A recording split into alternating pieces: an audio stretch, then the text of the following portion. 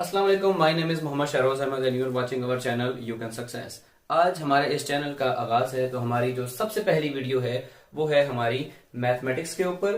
तो मैथ का course start करने से पहले हमें सबसे पहले मैथ की कुछ बेसिक टर्म्स सीखनी पड़ेंगी। तो मैथ की बेसिक टर्म्स कौन कौन सी होती हैं वो सारी की सारी हम इस लेक्चर के अंदर कवर करने की कोशिश करेंगे। तो लिखते हैं अपना टॉपिक का नाम,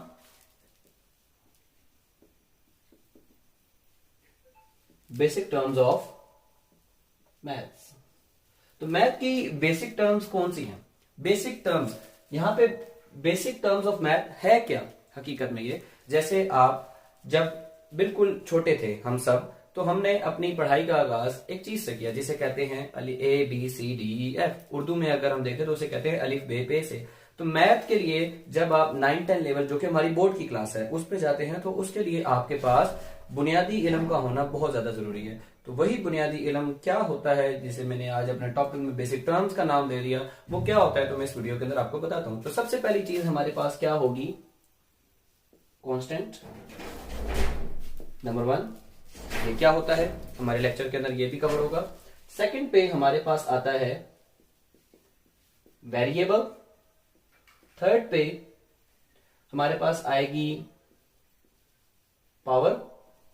फोर्थ पे हमारे पास आएगी बेस, क्या चीज होती है, ओके। फिफ्थ पे हमारे पास आ जाता है जैसे कोफिशिएंट।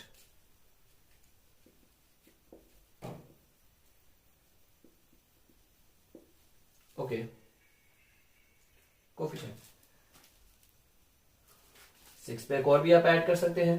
टर्म्स क्या होती हैं, तो वीडियो को शुरू से आखिर तक जरूर देखिएगा ताकि आप हमारे साथ जुड़े रहें और इन सारी चीजों को आप अपने लेक्चर के अंदर सुन के कवर कर सकें। तो सबसे पहली चीज जो है हमारे पास कांस्टेंट क्या होता है, मैं आपको एग्जांपल्स देके समझाने की कोशिश करूंगा और उम्मीद रखूंगा कि आपको समझ में आ जाए। तो जैसे मैं आपके सामने एक एक्सप्रेशन लिखता हूं 5x+6। इसको मैंने क्या कहा? एक्सप्रेशन। इसको मैंने इक्वेशन क्यों नहीं कहा? यह चीज एक सीखने की है, इसको सीख लीजिएगा। जैसे मैं लिखता हूं 5x+6 इज इक्वल टू 0। अब यहां पे देख रहे हैं आप, इक्वल का साइन आ रहा है। ऐसा मैथमेटिकल कोई भी फॉर्म जिसके अंदर इक्वल का साइन आ जाए उसे आप एक्सप्रेशन नहीं, इसे इक्वेशन पढ़ते हैं आप। इक्वल का साइन जिसमें आ रहा है, लेकिन there is not a equal sign present in this expression, so we called it an expression. Okay, तो इसको आप क्या पढ़ेंगे? Mathematical expression. अब इस मैथमेटिकल एक्सप्रेशन के अंदर ये 6 आपको क्या नजर आ रहा है? ना इसके साथ कोई वेरिएबल है, ना ही इसके ऊपर कोई पावर है, ना ही कोई और चीज। तो ये एक कांस्टेंट नंबर है। ऐसा कोई भी कांस्टेंट नंबर जो कि 1 से लेके 9 तक हो, 0 is also a constant number, तो वो उसको आप क्या बोलेंगे? एक कांस्टेंट। यहां पे 6 क्या है? एक कांस्टेंट नंबर। उम्मीद करता हूं आपको कांस्टेंट समझ में आया होगा। सेकंड पे आता है आपके पास वेरिएबल। What is variable? अब इसी एक्सप्रेशन के अंदर एक वेरिएबल भी मौजूद है, ये x। ये x क्या है आपके पास? एक वेरिएबल। अब वेरिएबल क्या होता है, साथ साथ में अपनी सेकंड चीज को भी कवर करता हूं। आपके पास कोई भी x y z या कोई भी अल्फाबेट्स लिखा है फ्रॉम a टू z, वो आपके पास क्या कहलाएगा? वेरिएबल। जिस तरह आप यहां पे कितने वेरिएबल्स यूज हो रहे हैं? Only one variable 5x+6। x कितनी मर्तबा है यहाँ पे? 5 टाइम्स। अब एक और एक्सप्रेशन लेके आपको समझाने की कोशिश करता हूं। 5x+4y। अब इसके अंदर कितने वेरिएबल्स इन्वॉल्व हैं? एक x, एक y। 5 टाइम्स यहाँ पे x है, 4 टाइम्स यहाँ पे y है, तो टोटल यहाँ पे कितने वेरिएबल्स इस्तेमाल हो रहे हैं? 2। एक x, दूसरा y। अब वेरिएबल को समझने के लिए एक और एग्जांपल देता हूं ताकि आपको मजीद इन डेप्थ नॉलेज आ जाए इसका। 5x² + 4x + 3y। ये जो एक एक्सप्रेशन लिखा मैंने आपके सामने, अब इसके अंदर मुझे आप बता दें कितने वेरिएबल इन्वॉल्व हैं। Number 1 is x², x, y।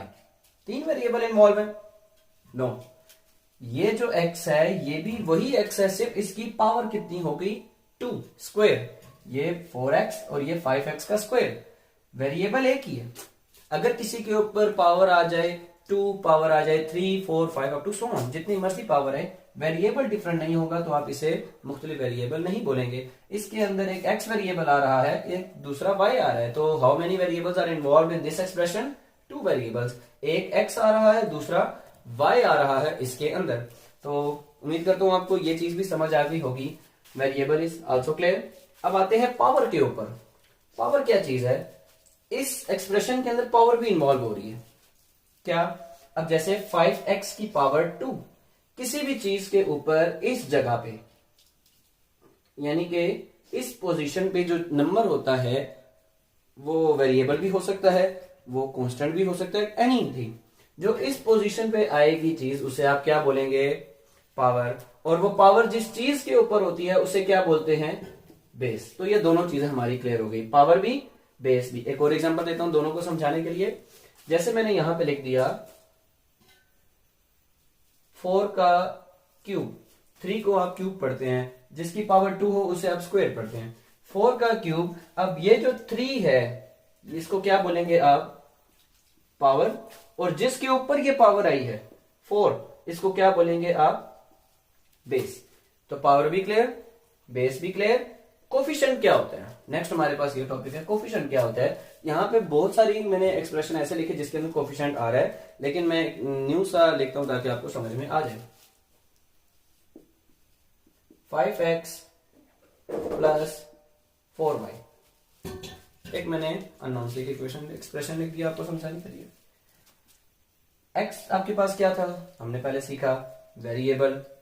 अब ये जो वेरिएबल के बिल्कुल साथ जुड़ा हुआ होता है एक कांस्टेंट नंबर, ठीक है, अलग सा कांस्टेंट नहीं। अगर मैं यहाँ पे 6 प्लस कर दूं, 6 करके लिख देता हूं, तो ये यहाँ पे कोफिशिएंट नहीं कहलाएगा, ये एक अलग से कांस्टेंट आएगा जो सबसे पहले हमने सीखा।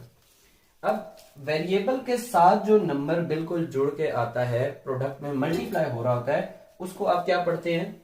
कोफिशिएंट। लेकिन कोफिशिएंट ऑफ व्हाट? उस वेरिएबल का नाम देते हैं। ये 5 किसका कोफिशिएंट है? x का। ये 4 किसका कोफिशिएंट है? y का। तो यहाँ पे दो वेरिएबल है तो इनके दो कोफिशिएंट होंगे। Is that clear? लेकिन ये 6 क्या है यहाँ पे? ये कांस्टेंट जो कि हमने सबसे पहले पढ़ा। इसके अंदर वेरिएबल कितने आ रहे हैं? एक x और दूसरा y। वेरिएबल भी हमारा साथ साथ क्लियर हो रहा है। तो चीजों को अगर आप बेहतर तरीके से याद रखना चाहते हैं, बेस्ट मेथड क्या होता है? चीजों को साथ साथ रिवाइज करते हैं। आप आगे आगे चलते जा रहे हैं लेकिन पीछे से साथ साथ रिवाइज करना जरूरी है ताकि चीज आपकी लॉन्ग टर्म मेमोरी में ज्यादा देर तक आपके दिमाग में रहे। तो 5x प्लस 4y प्लस 6। अब इसके अंदर वेरिएबल कितने इन्वॉल्व हैं? एक x आ गया, एक y आ गया। कोफिशिएंट कौन कौन से हैं? x के साथ 5 है, तो coefficient of x is 5 and the coefficient of y is 4। तो कोफिशिएंट भी आपका क्लियर। टर्म्स, टर्म्स क्या होती हैं आपके पास?